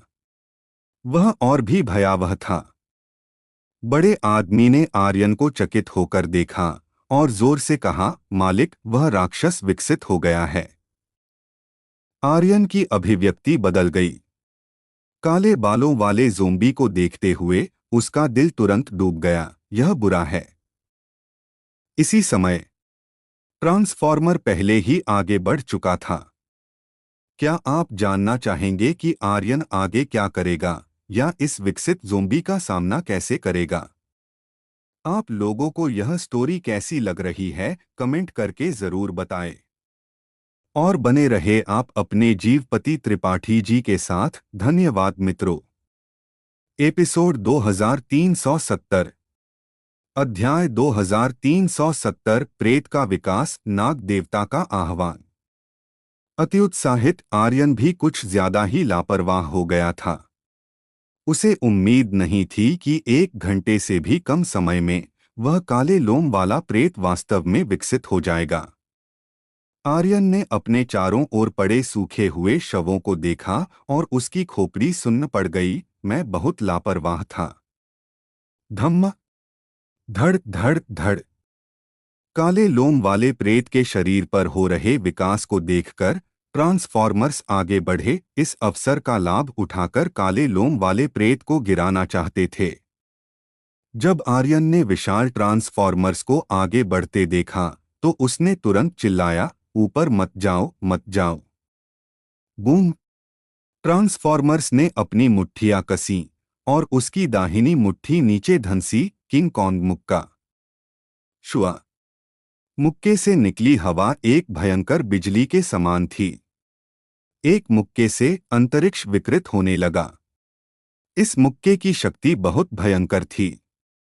यहां तक कि एक पृथ्वी स्तर का दानव भी इसे झेल नहीं पाता। हालांकि काले लोम वाला प्रेत बिना हिले डुले अपनी जगह पर खड़ा रहा। उसकी खूनलाल आंखें ट्रांसफॉर्मर्स की ओर देख भी नहीं रही थीं। यह हड्डियों से आने वाली अवमानना थी। मुक्का पड़ा। जमीन पर तेज हवा चली। हालांकि ट्रांसफॉर्मर्स का मुक्का काले लोम वाले प्रेत के सिर से आधा मीटर दूर रुक गया। वह लाख कोशिशों के बाद भी नीचे नहीं जा पाया और यह व्यर्थ था। वह पास भी नहीं आ पाया। आर्यन की पुतलियां सिकुड़ गईं और उसने तुरंत कहा, पीछे हटो, जल्दी पीछे हटो। ट्रांसफॉर्मर्स असहमत था। उसका सबसे शक्तिशाली मुक्का भी रुक गया था। वह नाखुश था, बेहद नाखुश। वह पीछे नहीं हटा। उसने अपना दाहिना हाथ खींचा और अपना बायां हाथ घुमाया। गरज!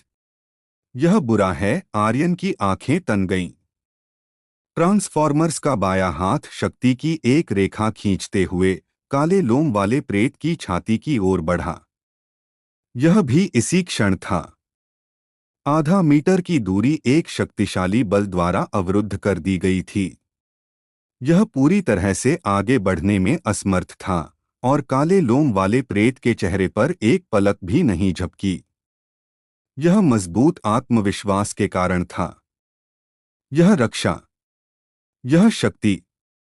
आर्यन और भी ज्यादा हैरान होता जा रहा था। रहस्यमय चंद्रगुप्त क्षेत्र में हरे लोम वाले प्रेत से यह कहीं ज्यादा मजबूत है।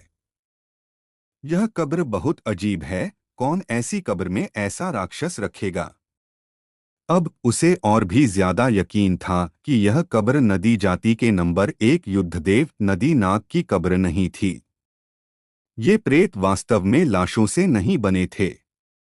इसके बजाय उन्हें कब्र बनाते समय अंदर रखा गया था और वे अरबों वर्षों से जीवित थे।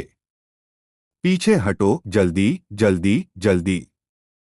तुम उसका मुकाबला नहीं कर सकते, आर्यन ने बेसब्री से दहाड़ा। उनकी ताकत पूरी तरह से एक अलग स्तर पर थी। काले लोम वाले प्रेत ने ट्रांसफॉर्मर्स को अपनी आंखों में बिल्कुल नहीं रखा। लेकिन जैसे ही ट्रांसफॉर्मर्स अपना बायां हाथ वापस लेने वाला था, काले लोम वाले प्रेत की पुतलियां अचानक हिल गईं। उसके शरीर के खूनलाल बाल बालों में बदल गए और तेजी से ट्रांसफॉर्मर्स की बाह के चारों ओर लिपट गए। ट्रांसफॉर्मर्स की आंखें चौड़ी हो गईं और उसने एक गर्जना की।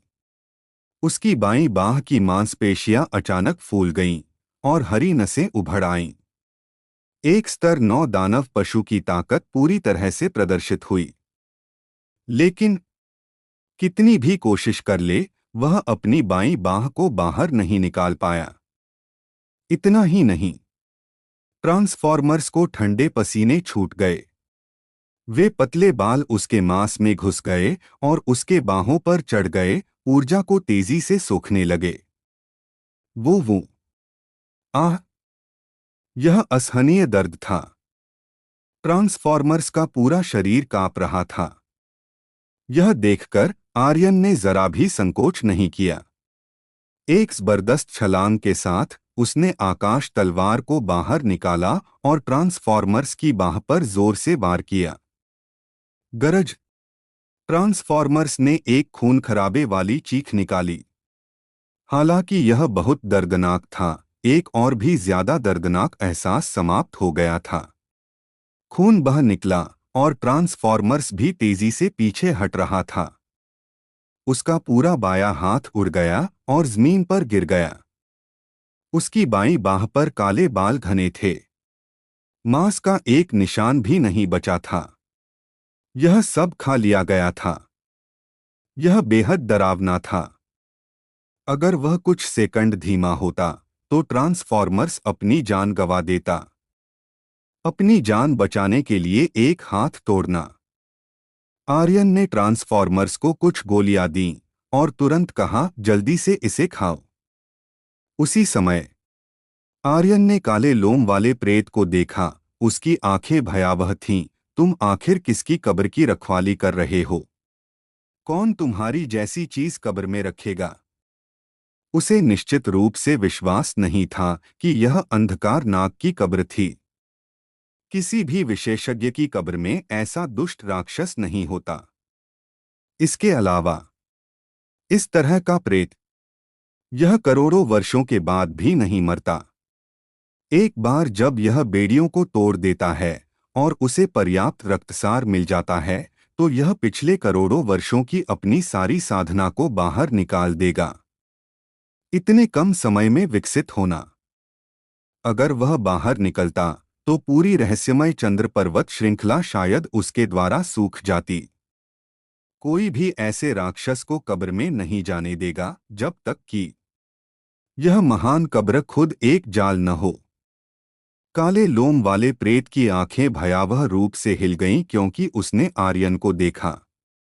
उसकी खूनलाल आंखों में अचानक एक खूनलाल रोशनी चमकी और वह तुरंत एक अत्यंत उत्तेजित अवस्था में आ गया। उत्तेजित? ऐसा लग रहा था जैसे उसने कुछ खोज लिया हो। आर्यन को देखते हुए वह असामान्य रूप से उत्साहित था। आर्यन का मन कांप उठा और वह अत्यंत सतर्क हो गया। उसका रक्तसार बहुत असामान्य था। आर्यन ने पहले ही ध्यान दिया था जब वह उन दानव पशुओं को आकर्षित कर रहा था। उसके सामने काले लोम वाला प्रेत अचानक उत्साहित हो गया। उसने जरूर खोज लिया होगा कि उसका रक्तसार एक आम व्यक्ति से अलग था। वास्तव में इतना ही नहीं, काले लोम वाले प्रेत ने और भी बहुत कुछ खोजा और केवल रक्तसार उनमें से एक था। शुआ! काले लोम वाले प्रेत ने पलक झपकते ही हमला कर दिया। बॉस सावधान! बॉस! इतनी तेजी से आर्यन की पुतलियां अचानक सिकुड़ गईं। बिना किसी हिचकिचाहट के उसका शरीर तुरंत पीछे हट गया और सार संक्षेपण क्षेत्र को सीमा तक धकेल दिया गया। हालांकि धम्म! उसे अपनी छाती में दर्द महसूस हुआ, जैसे वह फटने वाली हो। उसका शरीर भी बाहर उड़ गया। बूम! 100 मीटर दूर चट्टान की दीवार से टकराने के बाद आर्यन खुद को नियंत्रित करने में असमर्थ रहा और उसके मुंह से खून का एक घूंट निकला। फूफ! उसका एचपी तुरंत 100 अंकों तक कम हो गया। वह लगभग पलक झपकते ही मर जाता। यह भी इसी समय था। जीवन का झरना तेजी से उमड़ पड़ा। स्वास्थ्य बिंदु +10 इंच। स्वास्थ्य बिंदु +10 इंच। स्वास्थ्य बिंदु +10 इंच। उसके सिर के ऊपर हरे रंग के ठीक होने वाले अंकों की एक श्रृंखला दिखाई दी और आर्यन के सिर के ऊपर का स्वास्थ्य भी तेजी से ठीक हो गया। उसने मन ही मन सोचा, अगर यह जीवन का झरना नहीं होता तो मुझे डर है कि मैं पहले ही। आर्यन को एक ही चाल से उड़ाने के बाद काले लोम वाले प्रेत ने उसका पीछा नहीं किया। इसके बजाय उसने आर्यन को और भी गंभीरता से देखा। ऐसा लग रहा था जैसे वह आर्यन को आर पार देख सकता हो। यह देखकर कि आर्यन की चोटें तेजी से ठीक हो रही थीं, काले लोम वाले प्रेत की आंखों में एक लाल रोशनी चमकी और उसके मुंह का कोना थोड़ा हिल गया। वह हंसा। प्रेत वास्तव में हंसा। इस तरह का भावहीन राक्षस वास्तव में हंस सकता था? आर्यन ने अवचेतन रूप से सोचा कि यह व्यक्ति एक आत्मा बनने वाला था। धम्म। काले लोम वाले प्रेत ने थोड़ा आगे कदम बढ़ाया। चांदी का युद्ध भालू आगे बढ़ा। काले लोम वाले प्रेत ने उसे देखा भी नहीं और अपना दाहिना हाथ घुमाया। बूम! चांदी का युद्ध भालू सीधे उड़ गया। एक आंखों वाला बाघ आकाश से नीचे उतरा। काले लोम वाले प्रेत को भी एक हाथ से उड़ा दिया गया। उसने आर्यन को अतुलनीय रूप से भयावह आंखों से देखा और उसके मुंह के कोने पर मुस्कान और भी ज्यादा उत्साहित हो गई। यह किसी ऐसे व्यक्ति की मुस्कान थी जिसने खजाना खोज लिया हो। हफ हफ हफ। आर्यन नींद से उठा, काले लोम वाले प्रेत को देखा और कहा, तुम किस पर हंस रहे हो? तुम्हें हंसना पसंद है। आज मैं तुम्हें खूब हंसने दूंगा। अचानक आर्यन का मन हिल गया, विचार डूब गया और जोर से चिल्लाया, स्पर्शक नाग देवता, बाहर आओ। बूम! जमीन कांप उठी क्योंकि एक 100 मीटर लंबा सुनहरे पीले रंग का प्राणी, जिसके सिर पर 2 लंबे बांस जैसे स्पर्शक थे, प्रकट होते ही जहर उगलने लगा। आप लोगों को यह स्टोरी कैसी लग रही है, कमेंट करके जरूर बताएं। और बने रहे आप अपने जीवपति त्रिपाठी जी के साथ। धन्यवाद मित्रों। हेलो दोस्तों, आप लोगों का स्वागत है हमारे channel story by DK FM और स्टोरी बाय डीके एफएम 2.0 पर। दोस्तों, अगर हमारे चैनल पर नए हो तो सब्सक्राइब कर लो हमारे channel story by DK FM और स्टोरी बाय डीके एफएम 2.0 को, और वीडियो पर लाइक और कमेंट भी कर दिया करो ताकि हमें पता चल सके कि आप लोगों को ये स्टोरी के साथ लग रहा है। स्पिरिट वर्ल्ड और सुपर योद्धा ध्रुव रिटर्न के असली एपिसोड आपके YouTube channel story bye DKFN, जिसमें लगभग 11,000 सब्सक्राइबर है, और YouTube channel story bye DKFM 2.0 और Telegram channel Dhruv return season 4 story bye DKFM पर अपलोड होते हैं। अगर आप लोग दूसरे चैनलों पर एपिसोड सुन रहे हो तो उस चैनलों को अनसब्सक्राइब कर दो और मेरे channel YouTube channel story bye DKFM, जिसमें लगभग 11,000 सब्सक्राइबर हैं, और YouTube channel story bye DKFM 2.0 और Telegram channel Dhruv return season 4 story bye DKFM से जुड़ने की कोशिश करो ताकि आप ओरिजिनल एपिसोड और सबसे पहले एपिसोड पा सको।